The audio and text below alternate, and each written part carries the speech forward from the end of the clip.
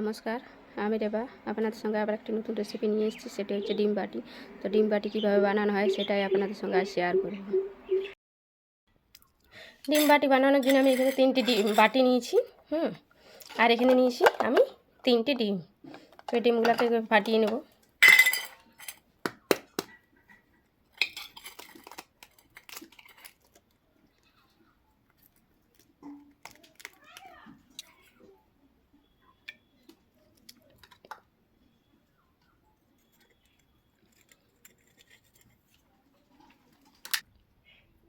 এখানে দিয়ে দেবো অল্প লবণ,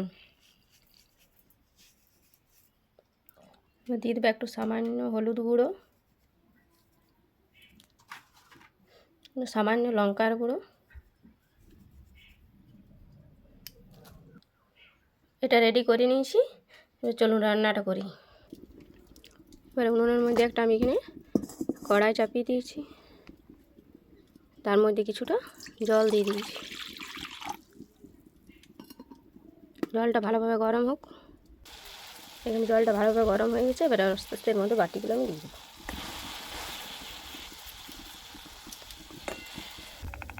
দেখুন বাটিগুলো এভাবে বসিয়ে দিয়েছি। এবার এটাকে আমি ঢাকা দিয়ে দেবো।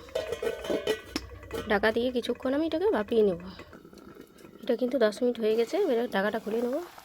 দেখুন কী সুন্দর, এটা জলটাও শুকিয়ে গেছে। এটা দেখুন এটা হয়ে গেছে। এটাকে নামিয়ে নেবো।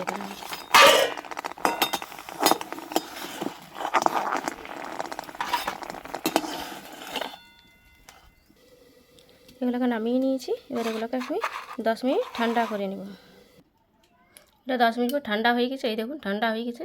এটাকে আমি এভাবে একটা প্লেটে দিয়ে দেখুন এভাবে একটু হালকাই করে দেবো। দেখুন এই দেখুন কি সুন্দর ছেড়ে গেলাম। এই দেখুন পরেরটাও আমি এভাবে কিন্তু বানিয়ে নেব।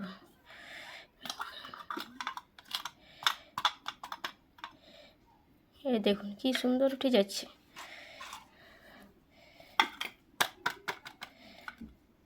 এই দেখুন এটাকে এবার আমি রান্না করে নেব। চলুন কড়াইয়ের মধ্যে কিছুটা সরষের তেল, দুটো লঙ্কা ফোড়ন, 5 ফোড়ন, ওর মধ্যে কিছুটা পেঁয়াজ, পেঁয়াজটাকে ভালোভাবে ভেজে নেব। পেঁয়াজটা ভাজা হয়ে গেছে। এর মধ্যে একটা টমেটো দিয়ে দেবো।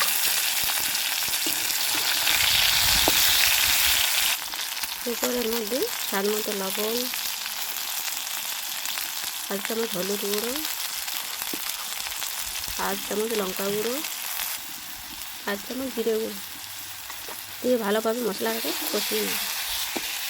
এতে অল্প একটু জল দেবো। দেখুন মশলাটা ভালোভাবে কষানো হয়ে গেছে, তেল ছেড়ে দিয়েছি।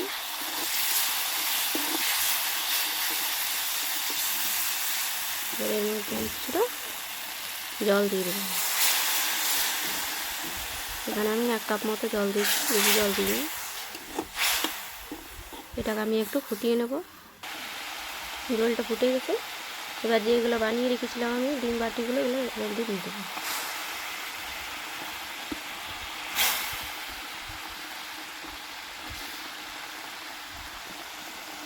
দেখুন এটা কিন্তু পুরো রেডি হয়ে গেছে। এবার একটু আমি গরম মশলার গুঁড়ো দিয়ে দেবো। এবার এটাকে আমি নামিয়ে নেব।